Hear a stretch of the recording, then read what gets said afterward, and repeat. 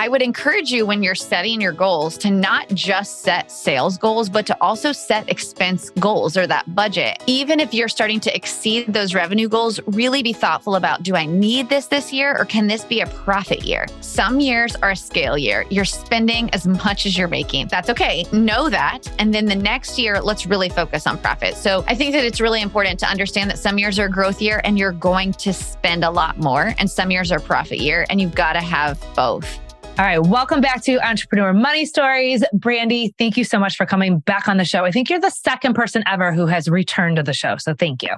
Yes, I am so excited to be here. I love talking all things money. Yes.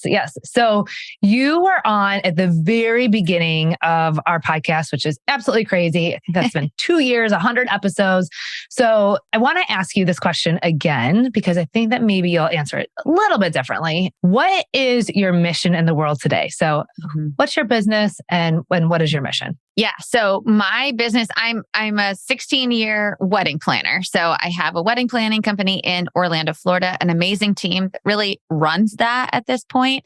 And back when I was on your podcast, the first time I was a baby coach. I always like to say I was a baby coach, but I was just starting to really dive into this world of coaching other wedding pros to kind of build what I've built, which is a business that runs itself, that I'm no longer involved in, and that has an incredible team and that is profitable.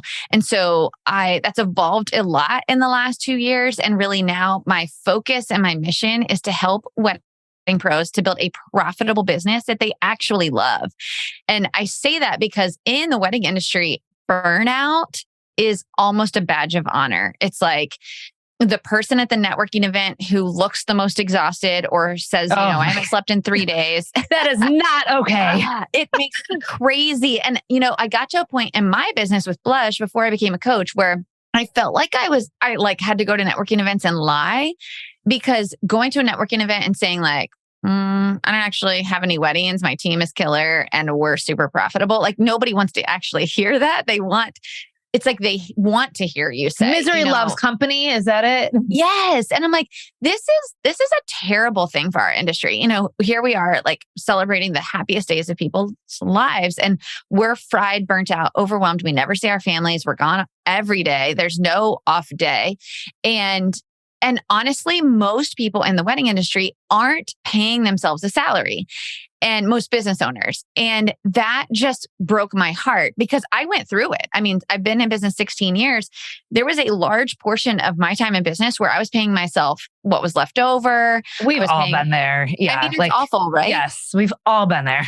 But I had to break that cycle. And I was like, this isn't a good way to like live for the rest of my life. And so anyway, so now that's really my passion and my mission, is because I didn't have a lot of resources when I was going through it. Online education wasn't really much of a thing.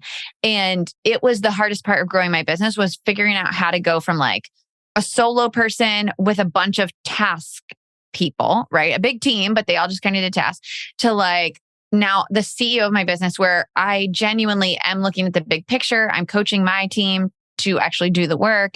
And so it's really, really exciting. But that's my mission, is to help wedding pros build a profitable business they love. I love that. We're recording this right after your summit. And so I think we're both still riding high from all of that community. And I think that's the biggest thing that I love about your conference, is the community piece of that. So I know we're going to talk a little bit about recession and how we are continuing to grow our business during this time. But let's just touch on the summit. What made you want to create a live event 2 years ago? That's a great question. I feel like I always answer this a little bit differently. I'm an event planner in my soul. Like I started planning events when I was 4 or 5. I would want to have like little dinners for friends. And, I love planning events.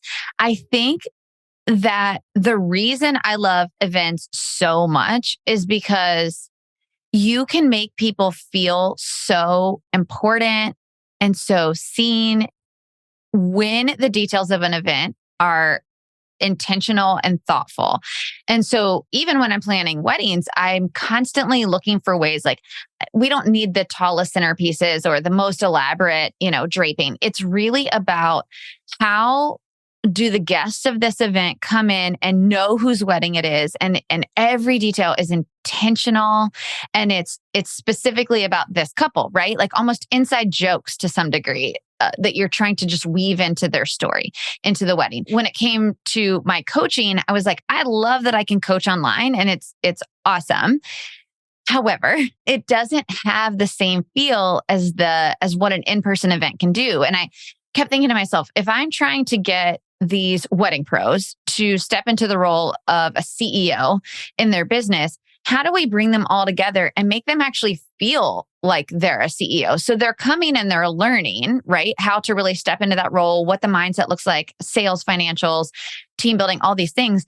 But when they're there as well, from like the second they walk in the building, I want them to feel like they're that CEO status. Every detail that we're able to provide during the summit has intentional thought behind it. It's not the flashiest conference by any means, but there's so much thought into everything that they experience. You can feel the thoughtfulness in the way that it's structured. And you're right. Yeah. It's not, I shared with you, I was at the Entre Leadership podcast or the conference of the week before. And that is flashy, right? You have musicians coming out on stage and all the lights and the music. And I mean, it was intense, but not as thoughtful. Yeah. And that's really what I wanted. Like, I wanted to make sure that, it's so often we're serving others, especially in the wedding industry, right? It's like our job is to serve others and to make them feel important and to make them feel valued and loved and seen. And so I was like, when they come in, I want them to feel seen, and I want them to feel this luxury experience. Like this year, one of the new attendees said to me, I love this hotel because it's just bougie enough. And I was like, I'm going to use that all the time because it's exactly what we were looking for next year's hotel. It was like, I don't want like a 5-star over the top, but I want it to feel luxury, right? So just bougie enough is kind of what we're going for. But, that's really what I thought about when I thought to host a live event was, how do I bring this community together and give them that feeling so that their guard kind of comes down, help them to feel like they're in a space where they can be authentic and they can be transparent and they can hear from other people that, hey, I'm going through that too, or I just went through it and I can help you. One of the attendees said that she was sitting at the bar this year and she's like, so much of the magic happens outside the session rooms, because she was just sitting there and someone just shared with her, like, business is really hard for me right now. And this is what's going on. And she was like, I literally just went through this and I can help you. And they created this bond that just wouldn't happen. The connection. Otherwise. Yeah. And that was just over espresso martinis. Like, you just don't know what you can't plan that, And so I think it's getting the right people with the right heart in the room that genuinely want to level up their businesses and are there to make connections and to grow. Yeah. Well, I want to talk about next year and kind of our future plans, but let's just pause and just talk about the way that you're tracking and looking at the financial picture of it, because I think that it's really important. Now, you're quite honestly one of our favorite clients because you are really willing to look at the snapshot when you receive it. You're willing to ask the questions. You're in tune with your money and willing to accept feedback and commentary from us. And so we love working with you. But talk to me a little bit about, as our clients, we've seen this. I hate that the word pivot is attached to COVID-19, but we watch so many of our clients pivot and grow over the years. And some clients, track this very specifically. And other clients just say, no, that's just more sales to my business. And it's just operating expenses, right? Like whatever the expenses are to that is part of my brand now. Can you share with us how you're looking at the financial picture of the summit versus coaching versus your wedding business? Yeah. So they're completely separate in terms of finances. So we have them all classed separately, and I'm in very close connection with Kelsey all the time, saying like, hey, this is a summit charge, even though it was on the wrong card or whatever. And so we keep them very, very separate. They are all under one LLC. I know that actually came up at the summit. People were like, do I have to create a different LLC for everyone? For us, currently, everything's still under the same LLC, but we keep it classed very specifically in QuickBooks. And the reason for that is because I need to know if the summit is profitable. And in year one, it wasn't. And that's okay. Like, we were fully intending to lose money. And by God's grace, we somehow did not lose money, but we also didn't make money. And so, then it becomes, okay, well, really being thoughtful about, I want to continue this. And at no point will it ever be more profitable than an online business, right? There's an incredible amount of expense that goes out for a summit and an incredible amount of labor, but is the payoff worth it, right? And so I want to be able to see from the summit specifically, I don't want to just see what it's added to our bottom line. I want to see how that particular event is profitable. How much we actually made from it, ticket sales, sponsorships, all that kind of stuff versus the expenses. So we keep it all very separate. I want to see if Blush is profitable. I want to see if my coaching business is profitable. And what's interesting, I'm glad that you touched on the fact that I read the snapshot, because I think a lot of people listening to this would be like, of course she reads the snapshot because she makes a ton of money, right? Like, because you think that's the truth. Interesting. It's the story we're telling ourselves. Yes, I think it so is, because I have no problem letting people know that we ran in the red for the 2 years after COVID. Like, and it's so funny because my students when I say that to them, they'll be like, I don't get it. Like, how does that mean you run in the red? To me, we had a savings, we had PPP, all these different things that we were able to dip into. But for 2 years, our company was not profitable. And I still looked at that snapshot every single time it came. I would dig into it. I was like, okay, what's working? What's not working? And I always tell Danielle, Kelsey is my bookkeeper, and she's such a cheerleader. Like, she would send it over and it would literally be like negative, negative, negative, negative, negative. And then she would be like, but it's getting better. You were more than you budgeted. And I'm like, girl, it's still negative. But I say that and I'm transparent about that, because I think so often you hear people on a podcast or you see people that are coaching and you're like, your life is so easy. So of course you can say that. Thank you for sharing that. Yeah. Like, what I want people to know that are listening to this is that you have to be as involved in your finances when things aren't great as when they are great. And you've got... even more so, I feel like, when I would say, probably. I would make the argument that you need to be more involved on down years. Yeah. But it's easier I actually think it could be easier to avoid it during up years. Like, I know that there's enough cash in there. Yes. And actually, I'm so glad you said that, because, this year Danielle and I were talking right before the show started. And I was like, Danielle, I swear I've put in like 2.5 years of we're just clawing, right? Like, you're building a whole new business and coaching. Yeah. And just this year, it felt like the snowball started to take effect on its own. Like, it just starts coming in. We have so many students and we're, it's amazing. But I will say you're 100% right. This year is the year my husband and I keep saying to each other, read the snapshot, pay attention to the bank account, because there's more than we need currently. I don't know how long that'll last, but there's more than we need. And so it gets easy to say like, just who cares? Like, you don't check the credit card statement as closely.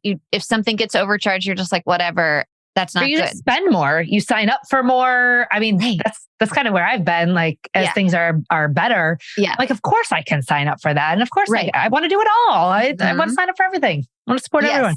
And so I would encourage you. Like, this year, I have an accountability group of 4 friends that we're very, very close, and we kind of hold each other accountable, peers. Right? We're on the same level, and I said in February to them that I wanted to double my revenue, but have no additional expenses. And I knew I could do that because we'd hemorrhaged expenses for so long the last 2 years. That was like, I know I can do it with the staff I have and with what we already currently have. But I would encourage you, when you're setting your goals, to not just set sales goals, but to also set expense goals, or that budget. And really, even if you're starting to exceed those revenue goals, really be thoughtful about, do I need this year, or can this be a profit year? Like, for me, this is a profit year. I've got to turn out profit this year because we just haven't the last 2 years. So for me, I'm like 100% focused on profit, not necessarily sales. And so how are we doing I think so we talked about this early in the year on the podcast about setting an intention for the year. Yeah. So not just financial goals, not just a bunch of goals that we may or might not hit, but what is our intention? So if my intention is profitability, all of your other business decisions can be made with a little bit more ease because this is a year you're not spending. Yeah. And I love that you preach budgeting just as much as I do. and I love the word budget, even though it feels a little corporate-y. The word budget to me means revenue and expenses. Whereas financial goals feels a little bit more like, I'm setting revenue goals. I want to hit 6 figures. I want to hit 7 figures. It's not as thoughtful of like, I want to be profitable. So here's where all my expenses have to be. Yeah. And I talk to my students about that a lot because, when wedding pros join my program, they do tend to accelerate their sales quite quickly. And so, but with that comes a decent amount of expenses that are going out as well because we're scaling fast. And so what I try to get my students to understand is some years are a scale year. You're spending as much as you're making. But that's okay. Know that. And then the next year, let's really focus on profit. So, it's like you come in, you scale, and then, okay, let's stop spending. You've got all the expenses you need. Now let's keep scaling your sales, but now we're focused on profit. Like, how are we getting more profit in the business? And I think that it's really important to understand that some years are a growth year and you're going to spend a lot more, and some years are profit year, and you've got to have both. I want to touch on how you're looking into the future. So there's a lot of looming talk, and I shared with you before we press record, I am reluctant to even say the word recession or even talk about the looming kind of narrative tone in the air. I hate it because I don't see it with our clients. I had so many client calls who have said, I feel slower this year. I just don't feel like I'm growing, but that's not what the numbers are saying. That's not what the data is saying. But it's getting in our heads. And I think it's slowing our willingness to invest and pivot and grow. And that could have happened for you. Maybe you could talk a little bit about what's going on in the wedding industry, but that could have happened to you for the summit, where you could have said, you know what? I don't want to continue to take this risk year after year. But instead, you went double down and you moved the summit to Austin so that you could get both West Coast and East Coast. So tell me a little bit about your mindset that went into that decision. I genuinely think the whole recession talk, the wedding gap, to me, y'all, I know I'm going to make some people angry, and I'm sorry, but I'm a tough love coach. I think it's an excuse for being mediocre. I think that there is statistical data to tell us, yes, engagements are down, but they're down from like 2.6 million to 2.4 million. Like, come on. We're not talking about half the engagements happening. In reality, what was happening is post-COVID, we had so many engagements that you could be literally mediocre. You could do barely any marketing and you would still be getting weddings because there was just so many. What's happening now is a correction. We're just going back to 2019, which is, pre all of this chaos happening. And you gotta be good at what you do. You've got to invest the time and the money into marketing your business, into making sure that you're developing relationships with other pros in your area. You've got to make sure that you're investing in your education, that your clients see that you're doing that, and that you're not afraid to spend money. To be honest, I think this is when kind of the great kind of separates from the good. Yeah. And if you're great at what you do, you will continue to be great. If you're good and you're calling it in, you're probably going to fall away into whatever else it is that life may have for you. And I think that that's totally fine if you're not in it to be great.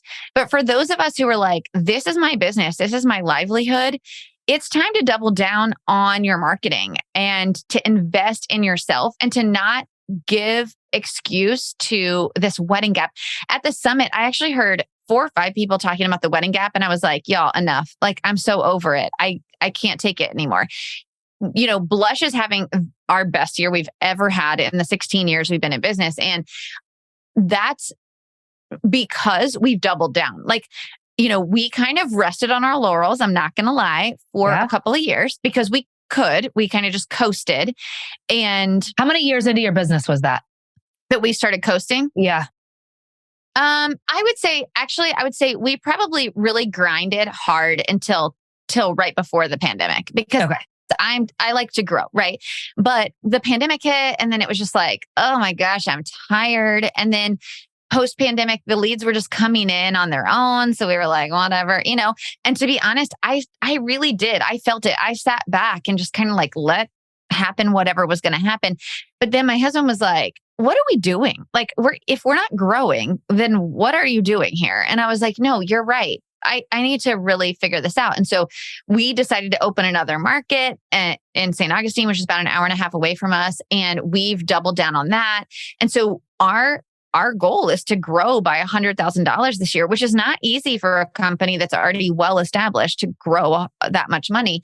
That's a significant growth for us, but it's been fun. And so we've had our best year yet, but that's come with us really investing. Like we bought a course on SEO for our social media manager, and she's like really working on our SEO. It's having a marketing manager that understands how to be present on social media, and our sales manager understanding like how to close higher ticket.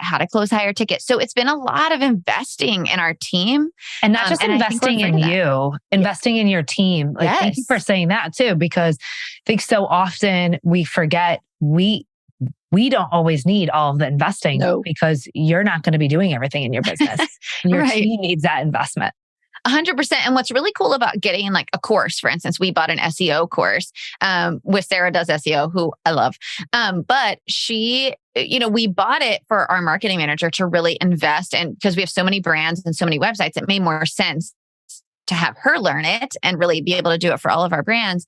But what I think is important to note is that I didn't take the course, like you just said, my marketing manager did, but now we own the course. So if she ever leaves, we can have, the next person take it as well. So it's like, I think there's a lot of value in having them.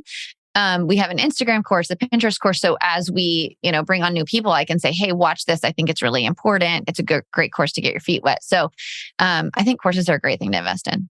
Yeah, we've done something very similar, especially for our sales and marketing. So thank you for sharing that. Yeah.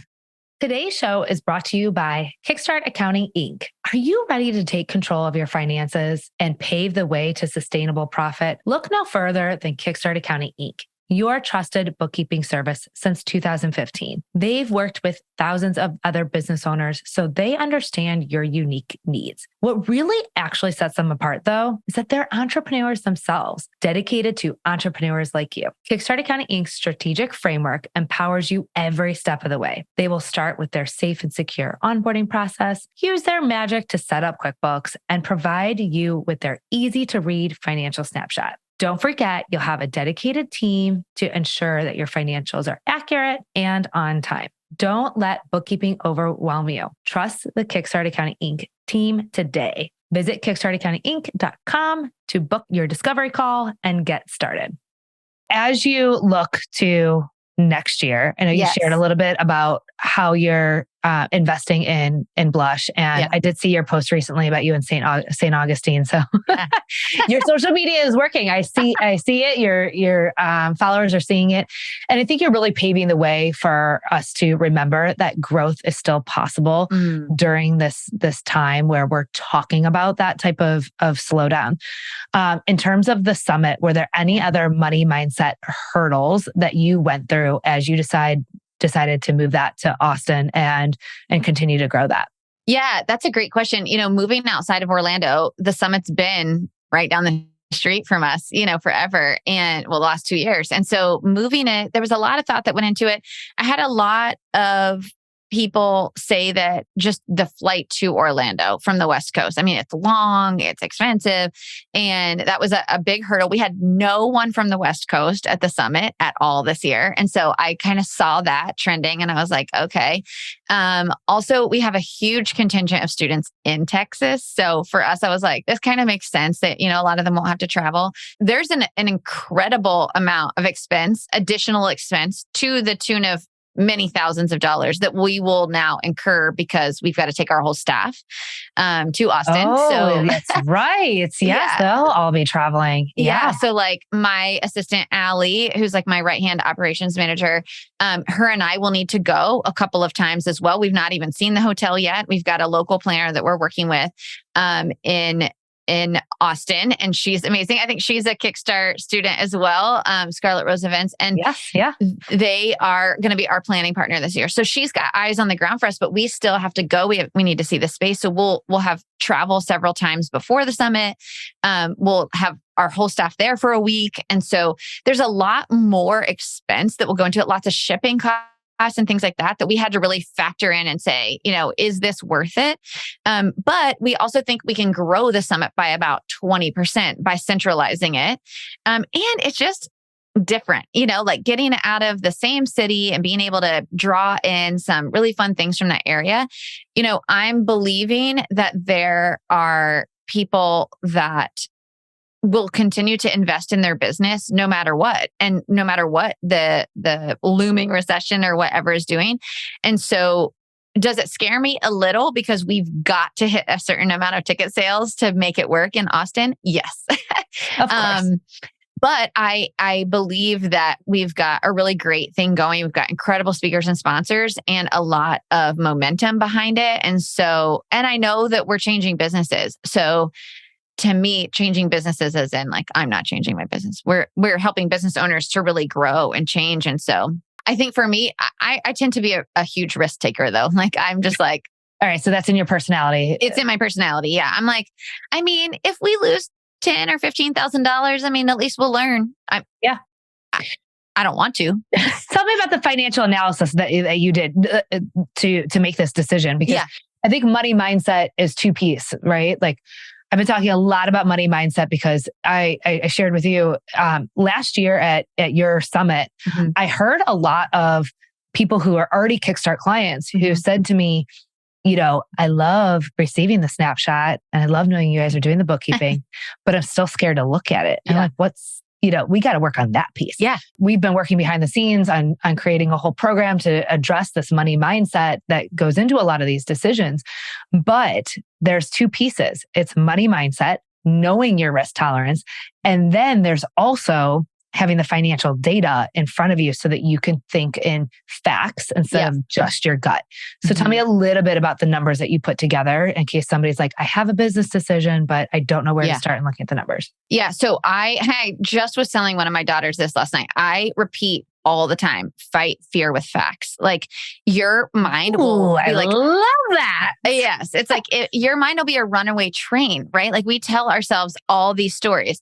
But the reason I love numbers so much, not just in finance, but also just in like metrics, is because it's facts. Like numbers don't lie to you. Your emotions will. So what do we know to be true? So for me, it was, okay, we had 25 paying attendees the first year and we had 49 the second year. So we basically doubled the summit.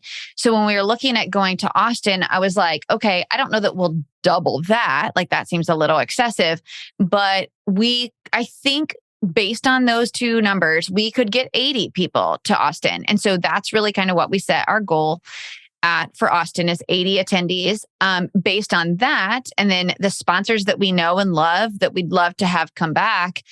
This is the income I think we're going to take from it. What's it going to cost us to do this in Austin? So then it was a matter of just going through all of our expenses from the last 2 years. What additional expenses we're going to have, the travel, the shipping, all that kind of stuff. And then worst case scenario, we only sell 60 tickets. And we only get this many sponsorships. So we have like here's our goal. And then here's our worst case scenario.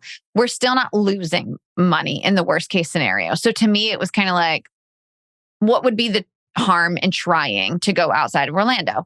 And so that's kind of how we do it, was like, what do we think is possible? And I talk to my students about this a lot as well. When we're setting revenue goals, I hate when they're like, so many people do this. Well, I think I could grow by 20%. I'm like, you think you could grow by 20% because of why? Like what, right. Where does it come from? Right. What data do you have? And if you've grown by 30% the last 3 years, why do we think you're only going to grow by 20%? Like, help me to understand. Or if you raised your prices by 20%. Well, that's just a given you're going to grow by 20% then. Let's add on how much new clients you're also going to get. So I think we forget that all of this data tells us a story that it should give you really exciting, like confidence going into whatever venture it is that you're going to go into, to say, I know this is going to work because XYZ, I have the data. And then it's just a matter of making it come to fruition. But numbers don't lie to you ever. Yeah. Well, it allows you to play the tape forward, right? So looking at that type of plan allows you to play the tape forward in the best and worst case scenario, right? Yeah. Best case scenario, we create a profit and make a huge impact on all these women. Like I watched the impact that this summit created, and I had to leave early, so I didn't even get to see the closing sessions. Yeah. And I feel like that's always where like, it's a little heart-wrenching to watch everyone depart again. It is. You get to make an impact. Worst case scenario, not losing money and still get to make an impact, right? Like you still are making an impact. And I think that's the beautiful part. Yeah. And I think that that's so important. And, one of the things that was interesting, like this year, when, if you're a wedding business or you're any kind of creative business listening to this, one of the things that I did when we were making our budget this year, we did a price correction on all of our packages, inflation, chaos, right? Yeah. So we jumped all of our prices 20%. Well, I normally, in just a normal basic year, always project a 10% growth for blush.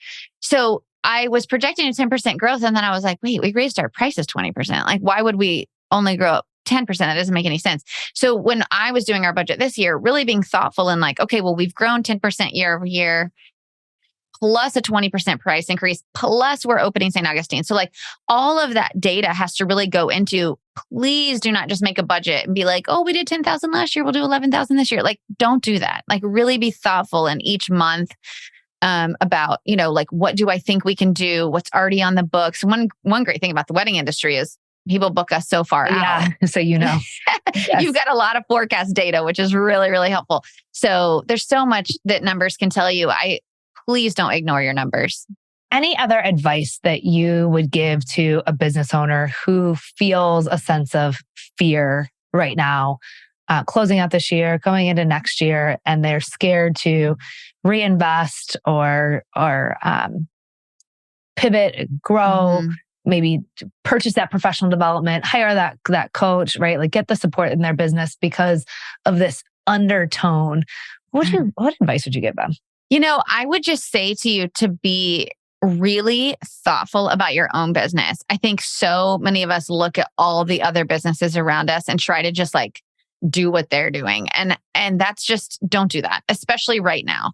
Really be thoughtful about what is working. What can we double down on because it's working? What's not working that you're spending time on? Stop doing it. What are some ideas that would get you out of your comfort zone? My husband has tried to get us to open a new market for like 5 years. And I'm like, I'm not doing it. And so now it's really, could we? If we did, what could it actually do? And be thoughtful about, one of the things we had to look at was, you hear me say, oh, we want to do $100,000 in St. Augustine. That number didn't come up magically. I was like, okay, how many weddings would it take us to have to be able to book $100,000? Can we do it? How many venue lists are we on? What do we need to do to get to that number? So really, I think the biggest thing I would tell you is just to be incredibly thoughtful about what's working, what's not working, and what you need. Like, what's the gap in your business? Are you afraid of numbers? Are you afraid to build a team? Are you afraid to pay yourself? Like, what is it that's holding you back from that explosion in your business? And then go seek the help to get you there, to fill that gap. We all have one, right? I have a business coach. I am a business coach. Like, I think everybody should have a business coach. Yeah. Because it's somebody else that can kind of look at your business specifically and like almost tell you what your hole is, tell you where your gap is. So I would say invest in the right things and what you need and know your strengths and weaknesses, and then double down on the strengths and let go of the weaknesses a little bit, like fill them in, So yeah. Thank you for that. any other strategies that you're using to keep your money mindset strong? I always review my snapshot from Kickstart Accounting. Always, always, always. I do it almost immediately when I get it. But you don't have to, like you can give yourself a minute. I don't know. There's some avoidance tactics that I hear from clients. They're like, well, I still haven't looked at it. And I'm like, well, just open it when you get it. Yeah. Open it when you get it if you can, right? Or schedule an hour in your month to look at your snapshot. When you're looking at it, really read through the details that are there, and because they provide you so much information. The other thing that I think I hear from my students a lot, because we have a ton of clients that we share, I hear from my students that they don't know what questions to ask. And what I would say to you is ask any question that comes to your mind. I literally, I open Kelsey's email with the snapshot and I have an email open as I'm reading it. And I'll literally be like, what? I don't understand this number. How did we get to this number? The other thing too is that, and I'm typing the questions as I go. So sometimes I'll end up sending her back like 15 questions, or I'll just be like, Kelsey, can we jump on a quick call? Because this is not making any sense to me. Don't be afraid to ask the question. Like, it's your numbers. And as much as your bookkeeper loves and understands your business, no one understands it like you do. I do a very quick overview of I have a budget to actual that Kelsey sends me every month. And I'm quickly scanning it. It can take me 5 or 10 minutes. I can see when a category looks wrong because I know my business, right? So I'll look at it and be like, how in the world is there $10,000 in travel? Like, we didn't have $10,000 in travel. And I'll ask her and she'll send me the detail inside it. And that's where we can start, so like be involved, like be thoughtful. And sometimes it's, oh, that was just misclassed. It's in the wrong category. This should be there, right? But I think the biggest thing is people are afraid to sound stupid when they ask the questions. Yes. And y'all, listen, no stupid questions. There's no stupid questions. And I say that with all of my soul. Like, I teach money inside my business, for my students. And you guys should see some of the questions I send back to Kelsey, because I'm not a bookkeeper. Like, I don't know some of it. But I want to understand it. I'm like, what is this? And why did we do this? And so don't be afraid to ask the questions. They want you to, I think. Don't you guys want them to? Oh, we love. That's why I said you're one of our favorite clients to work with, because you engage back with us, which is great. I'm glad. It feels like, okay, she's looking at them, she's reading them, she's engaging backwards. Thank you. Yeah. And yes, so ask all of the questions that you have and engage with the numbers, because that's the best way that's going to help you and your money mindset, right? Like, the question I asked you is, how do you improve your money mindset? Yeah. And if you're struggling with still having that scarcity or overspending, the best way to overcome your scarcity or to overcome your money mindset is to lean in, ask more questions. And I think, like, to summarize what you were saying is almost approach it with curiosity instead of judgment. That's so good. Yes.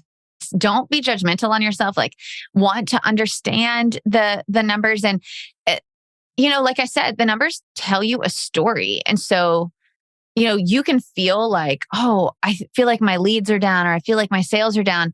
What do the numbers tell you? Or is it telling you that? If it's not, then let's move on to something else. Let's go be afraid of something else, So be really thoughtful about getting into your numbers. I really genuinely, I'm not just saying this because I'm on Kickstart's podcast. Like, I love the snapshot. It's a very simple, easy way to just get an idea of how your company is doing.